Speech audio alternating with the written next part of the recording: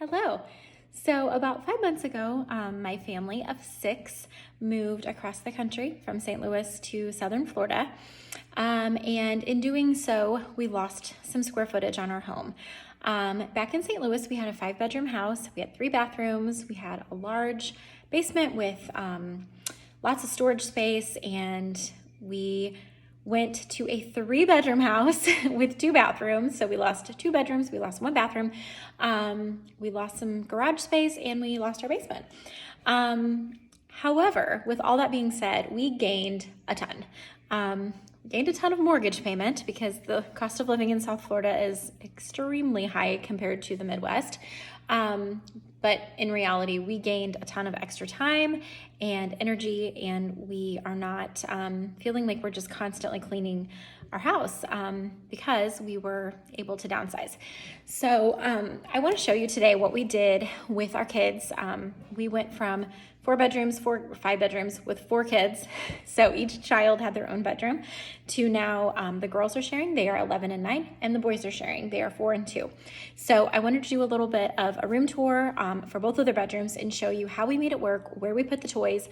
I do have a whole YouTube video about where we put the toys specifically, but this video I want to show you like where we put the clothes, how do we make it work, all of that. So stay tuned. So we're gonna start in the girls' bedroom.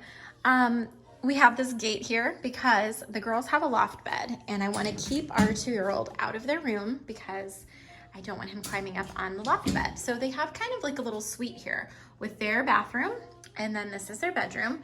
You walk in, there's like a little hallway, entryway.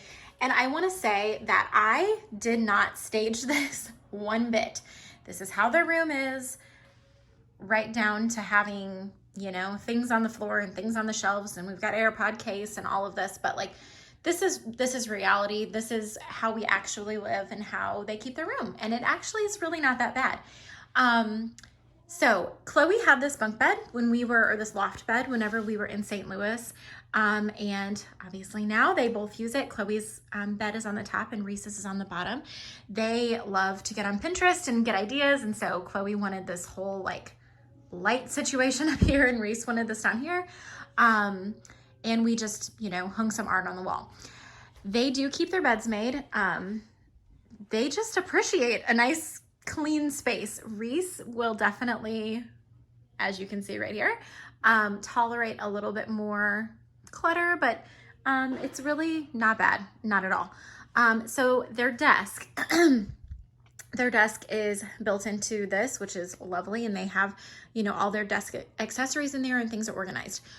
What I really wanted to illustrate here in this room are these baskets. So all of the black and white striped ones are from IKEA. These 2 are just from Target. They're like that Pillow Fort brand, and they're kind of like a rubbery material. So I bought these ones from IKEA for their American Girl storage. They have so much American Girl stuff, and I found that this was the best way to they have very, very generous grandparents, and along the way, they've got a lot of American Girls.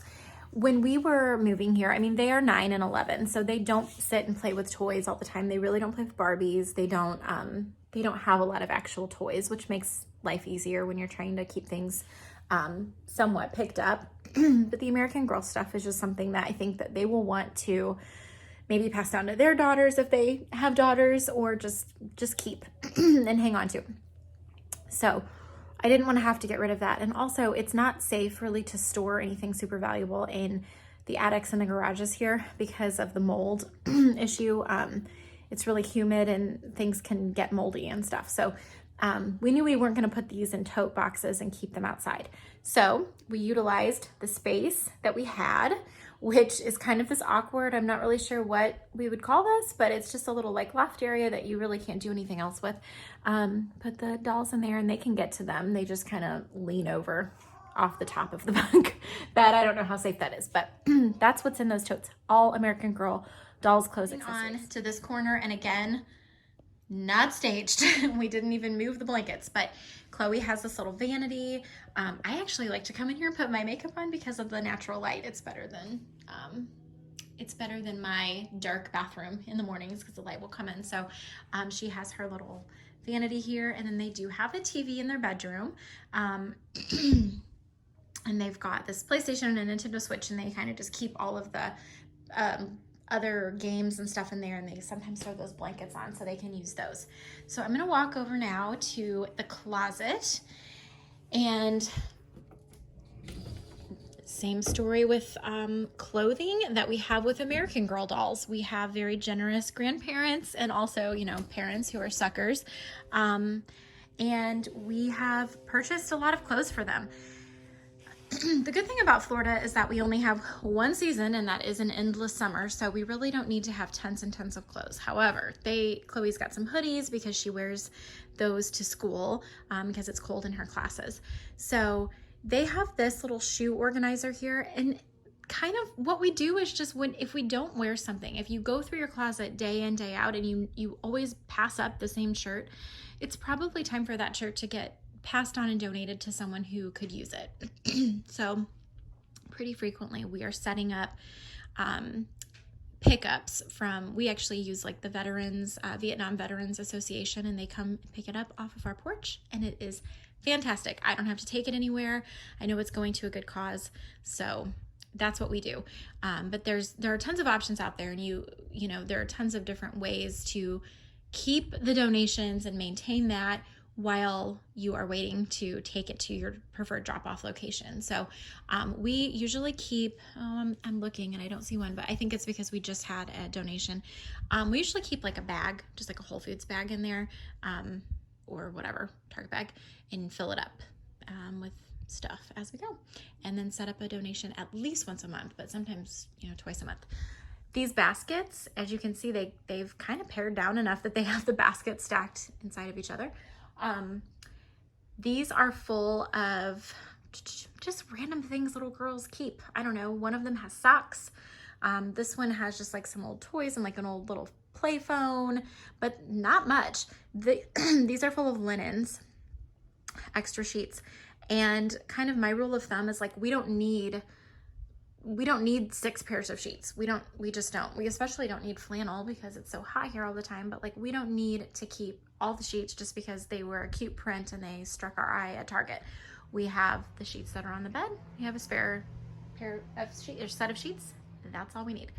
So yeah, this is the closet. Nothing too exciting. They've got a bunch of extra shoes down there. This box is full of more American Girl stuff, and actually it could be consolidated into those bags up there. Just haven't done it yet, honestly. And then this little cart, this is one of those IKEA Raskog, or I don't really know how to say it, but one of those carts. And they have it organized the way that they want it. I don't micromanage every single thing in here, but they do have it somewhat organized. Like they've got some art supplies, they've got some things that they wouldn't want their little brothers to get to, some little beads up there, and then they have like that middle shelf is their Polaroid cameras, and they love to play with those. So that's it. That's the whole room. 2 girls share this, and it's with minimal fighting. So this is the boys' bedroom. And I've actually already made a YouTube video all about toy storage, and so I'm not going to go into great detail with that, but you can check that out. It's called Where Do We Keep All the Toys? So their room is very minimal. I have nothing hung on this wall, partly because, you know, we've only lived here for a few months and I haven't really decided what I want, and partly because I'm always nervous that hanging something heavy over a crib, I have a wild child that might just like bump it or knock it off or something. So I kind of just keep it plain, even though it's very plain. I could do like a darker color on the wall, but anyway, this is not about decor. This is about storage and how we make this work. So this is Graham's bed, as you can see. At some point, this will be Graham and Foster's bed, but right now Foster is perfectly happy in his crib, and I am not going to rock the boat on that. So we, just as the girls, we had 2 nice dressers. And so one of them in each room, one of the 2 dressers ended up in the closet. This is because we had at some point 4 children in 4 bedrooms. Obviously each child had a dresser.